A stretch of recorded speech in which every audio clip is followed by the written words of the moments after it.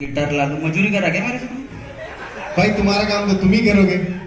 तुम्हारी बात सही। और कुछ रेती गिट्टी होंगे दे दो, वो भी लेके जाता मैं। अभी काम चालू है, मेट्रो का, चलते हैं उधर।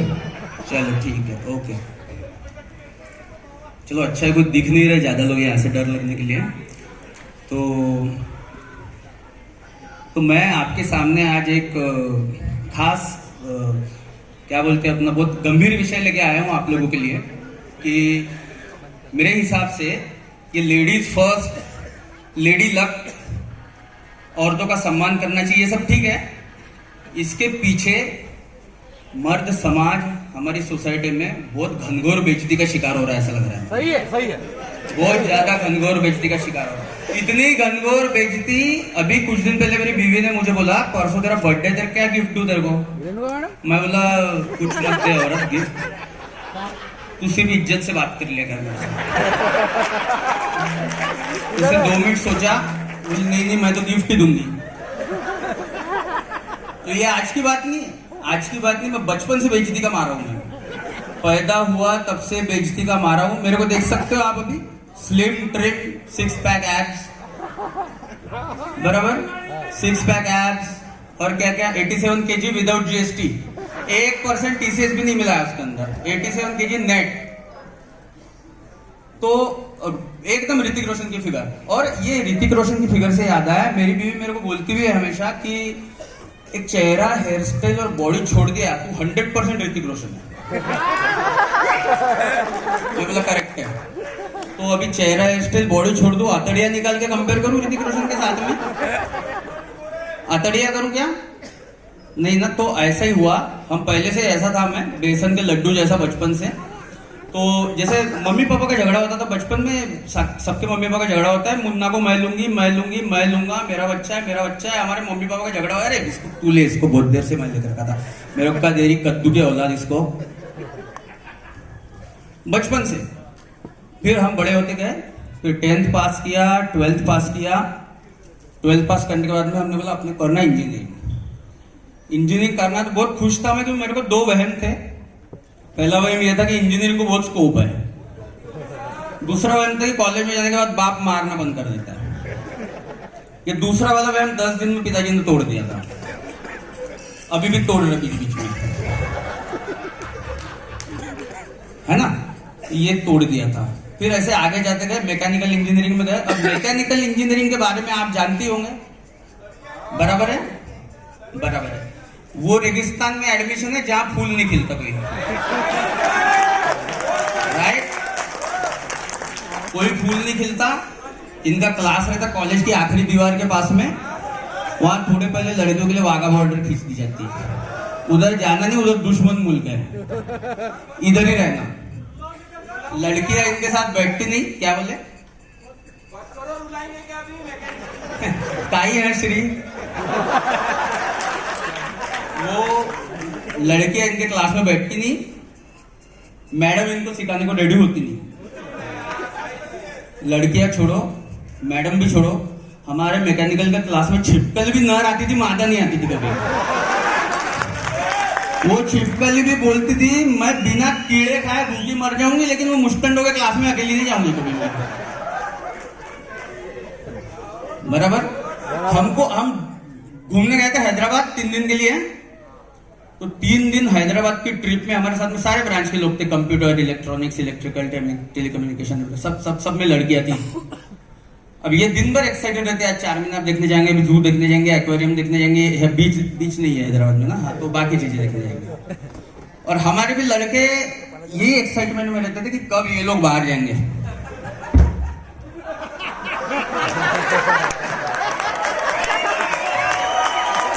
सीधे साधे बच्चे बेचारे, सीधे साधे, एकदम सीधे साधे। मैं बता रहा हूँ आपको, ये कंप्यूटर वगैरह के लड़के दिन भर लड़कियों के साथ में घूमते हैं, कैफेटेरिया में जाते हैं, मॉल में जाते हैं, पिक्चर देखने जाते हैं, कैंटीन में जाते हैं, पढ़ाई करते हैं। इनकी जिंदगी में कोई फर्क नहीं पड़ता, इनकी जिंदगी नॉर्मल चलती रहती है।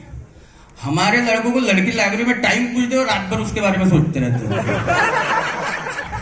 दूसरे दिन सुबह अनाउंस कर देते क्लास में, तुम्हारी भाभी है, इसकी तरफ नहीं देखना कल से, ये मेरे तरफ सीरियस है, इसने कल मेरे को फूलों के समय पूछा था लाइब्रेरी में, बराबर है।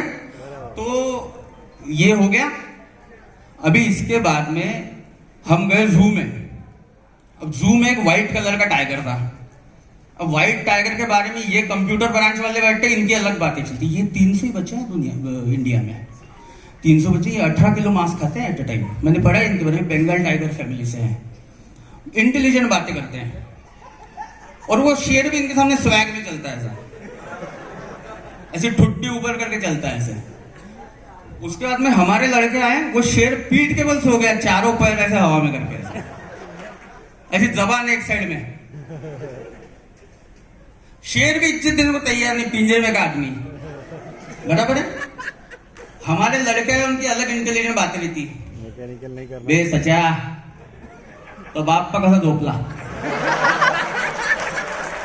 मार रे तले गोटा मार। वो शेर से बात करते, बंटी ए बंटी झोपला का? वे वल्गर माणसा, नीट झोप, कुठे बाई चालले तुम वाट। वो शेर सीधा हो गया, पिंजरे के पीछे कोने में जाके ऐसे सो गया, डिप्रेशन में आ गया वो। अभी इसके बाद में अभी इंजीनियरिंग चालू थी, तो हमने सोचा भैया इंजीनियरिंग तो कैसे भी हो ही जाएंगी, नौकरी भी लगी जाएंगी, सबको लगी जाती कहीं ना कहीं। लेकिन जो हिसाब से अपना पढ़ाई में मन है, जो हिसाब से अपनी नौकरी अपने को दिख रही, जो हिसाब से मैन्युफैक्चरिंग डिफेक्ट भगवान ने भरे हमारे अंदर, उस हिसाब से जब तक मैं सेटल हूंगा, सारी अच्छी लड़कियों को आईटी वाले पुणे लेके चले गए रहेंगे, सारे के सारे। मेरी सास ने 3 आईटी के पौधों पे नजर डाल के रखी थी कि ये एक बार पेड़ बन गए कि मेरी बेटी का मचान ठोक दूंगी इसके ऊपर करके। ये हालत है। ये आईटी वाले हमारे 6 गुना ज्यादा पगार पे लगते थे नौकरी में, 6 गुना ज्यादा पगार पे। शुरुआत ही इनकी ऐसी रहती थी।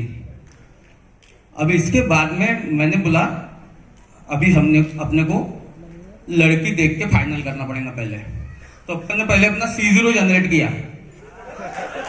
C0 मतलब कमर्शियल के लिए C0, पैसेंजर कार के लिए ग्रीन फॉर्म, हुंडई के लिए ETC, मतलब प्रोस्पेक्टिव कस्टमर, मतलब शिकार। फांसना किसको है? तो अपन ने पहले C0 जनरेट किया, दोस्ती बढ़ाई, साल भर सेंटी खींच खींच के मारे उसको।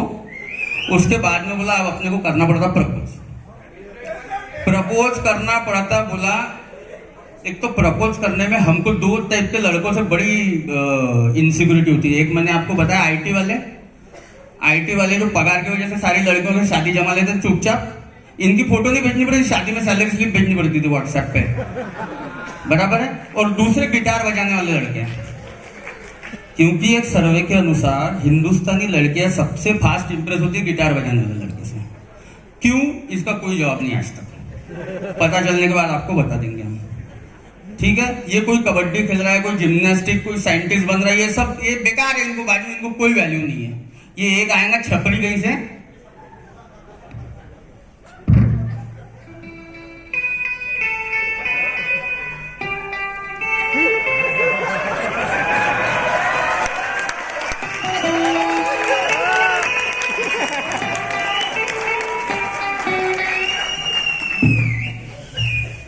और ये लड़के उनके सामने बैठे।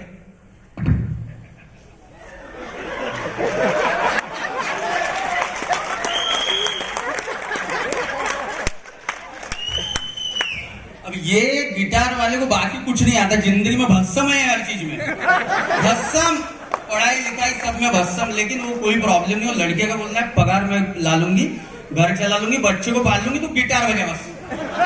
जिंदगी गुजारने के लिए एक क्वालिटी काफी है गिटार बजाने की, बराबर है। और ये जो गाना बजाया, भैया के पैर पड़ना पड़ेगा, परफेक्ट टाइम परफेक्ट गाना बजाया आपने एकदम। ये दिल वाले दुनिया ले जाएंगे कि गानों ने ही लड़कों के भाव बढ़ाए थे गिटार बजाने वाले हमारे टाइम में, बराबर है। इसमें रिसर्च में आपके सामने प्रेजेंट करना चाहूंगा। रिसर्च, जो लेडीज 35 से 45 साल के उम्र के बीच में है, हाथ मत खड़ा करो, मन में मालूम है तुमको उम्र, 35 से 45 साल के बीच में है,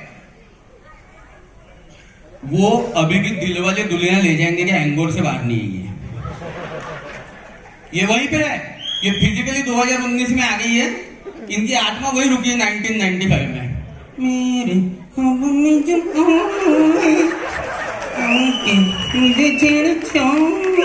वो आ गया बाहर ख्वाबों के, उन्होंने इनसे शादी कर लिया, 2 बच्चे हो गए, वो आधा टकला हो गया, उसका पेट धर्म पेट तक बड़ा हो गया, ये अभी भी वही रुकी हुई है। जरा सा झूलो, नारे नारे ना, जरा सा झूलो, नारे। इनको अभी भी लगता है काली पीली लाइनिंग की टी शर्ट वाला शाहरुख खान हाथ में बॉल लेके दौड़ते हुए इनको लेने आने वाला है आगे। ये अभी भी राह देख रही, इनके दिमाग में नहीं आ रहा कि ऐश्वर्या राय से आगे निकल के निरूपा रॉय तक चली गई है। बराबर है। और अभी आज की लड़कियां, मैं तुमको बता दूं, तुम्हारे सपने में जो टाइगर श्रॉफ है वो बाहर आते आते अशोक श्रॉफ बन गया रहेगा। यही सच है जिंदगी की, अभी मान लो जल्दी। बराबर है। तो हमने सोचा अभी प्रपोज करना पड़ता, टाइम में पॉइंट पे आता हूँ। वहां पे फिर हमारी मैकेनिकल इंजीनियरिंग बीच में आ गई हमारे। वही टाइम मेरा दोस्त है स्वप्निल, वो कंप्यूटर में बात करता था, उसने भी सोचा लड़की को प्रपोज करता हूँ। 1 मिनट, दूसरी लड़की को, मेरी वाली को नहीं। तो उसने अपने दोस्तों को बताया, उसको आइडिया मिली, तो उसको ड्रेस खरीद, नेकलेस खरीद, उसको लेके जा ड्राइव पे, उसको महंगे कैफेटेरिया में लेके जा, ऐसा म्यूजिक लगा, रेड रोज दे, उसके बापू की आधे महीने की पगार की सत्यानाश करके मुगला कर दिया वो लड़कियों ने उसको कंप्यूटर की। हमने हमारे दोस्तों को पूछा, भाई ये प्रपोज करना है? प्रपोज लड़की को तेरे बाप ने किया था कभी? तो बोला यार ये कौन सी क्वालिफिकेशन है, बाप ने किया था क्या कभी? मेरे को कैसे मालूम रहेगा बाप ने किया था क्या कभी? मैं था क्या तब? अभी उसके आजू बाजू में रहने वाली लड़कियों को जाके पूछो इसने किया था क्या प्रपोज? और किसी ने मान लिया हाँ किया था, हो गया कांड। मेरी मम्मी को जानता है तू? बेचारा सत्संग में जा रहा है, उसी जिंदगी में उथल पुथल मचाऊं या उम्र में मैं अभी मचाऊं क्या? नहीं ना। तो मैंने सोचा इतना इन्वेस्टमेंट करने की जरूरत नहीं, कैफेटेरिया वैफेटेरिया, investment at subjected to market risk, please read the offer document carefully before investing. तो मैंने 15 रुपए का डेयरी मिल्क खरीदा, 15 रुपए का डेयरी मिल्क खरीदा। उसको मतलब पैसे बाद में ले लेना, पहचान का था, ठीक है बोले। और वो 15 रुपए के डेयरी मिल्क के साथ में मैंने कर दिया प्रपोज। अभी इसमें अनएक्सपेक्टेड चीज ये होगी कि प्रपोजल एक्सेप्ट हो गया। ये डायरेक्शन में मेरी तैयारी नहीं थी कुछ, मैंने तैयारी की थी कनपट में मारा तो सॉरी कैसे बोलने का। पिताजी तक बात पहुंची तो कौन से दोस्त की खोली पे 4 दिन रुकने का कपड़े वपड़े पहुंचा दिए थे वहां पे। ये एक्सेप्ट हो गया। मैं डर गया, कंफ्यूज हो गया। मैं बोला मेरे को सोचने के लिए 2 दिन का समय चाहिए। लड़की बोली बेवकूफ इंसान, प्रपोज तू कर रहा, समय मैं मांगूंगी। मैं बोला बात तो सही है इसकी। मैंने हाँ कर दिया उसको ऐसा सेट। उसको मम्मी की तरफ लेके गया मैं मिलाने के लिए, जहां पे अपनी इज्जत रहना पक्का है। ये हर शेर से लेके कछुए तक सब बेइज्जती कर रहे बचपन से। मैं मम्मी की तरफ ले गया, यहाँ पे मेरा पल्ला बाजी रहेगा। बोला मम्मी शादी। मम्मी ने शांत निगाहों से मेरी तरफ देखा, बोले पढ़ाई कंप्लीट कर, have some patience, will get a better partner. मैं बोला सवाल ही पैदा नहीं होता बेटर पार्टनर, मैं इसको छोड़ूंगा नहीं। मम्मी बोले 1 मिनट, उससे बात कर रही हूं मैं।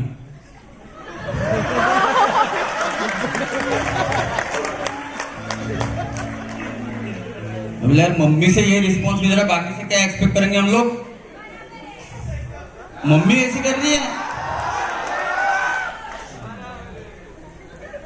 मेरे शादी होने के बाद में एक तो अपने यहाँ पे फैशन शो, मैंने कहा सिंगम था, उसमें सिंगम कहाँ पे? सिंगम है क्या? सिंगम भी है, शादी के पहले मैं भी सिंगम था, अभी चिंगम बन गया मेरा। सही बात है। मेरे बीवी की तरफ के और मेरे तरफ के सब लोग मेरी बीवी की तरफ से ही बात करते हैं। एक ही आदमी मेरी तरफ से बात करता, मेरा ससुर। क्यों ये आप समझ गए। मैं शोरूम से निभा रहा हूं, वो गोडाउन से निभा रहा है। राइट है रॉन्ग है? अभी मेरे ससुर जैसे समझदार होकर सब मर्दों को इज्जत दिया करो, नहीं तो मेरे पास में अभी कोई इलाज नहीं बचा। मैं एक चिट्ठी लिखूंगा कि बेइज्जती के बारे में आत्महत्या कर रहा हूँ। मेरे ऑफिस में क्या कहते हैं, आदमी की जेब में रखूंगा वो चिट्ठी, उसको 10वें माले से फेंक दूंगा नीचे। मैं क्यों मरूं? सही है तो कर लेंगे सब। चलो थैंक यू वेरी मच.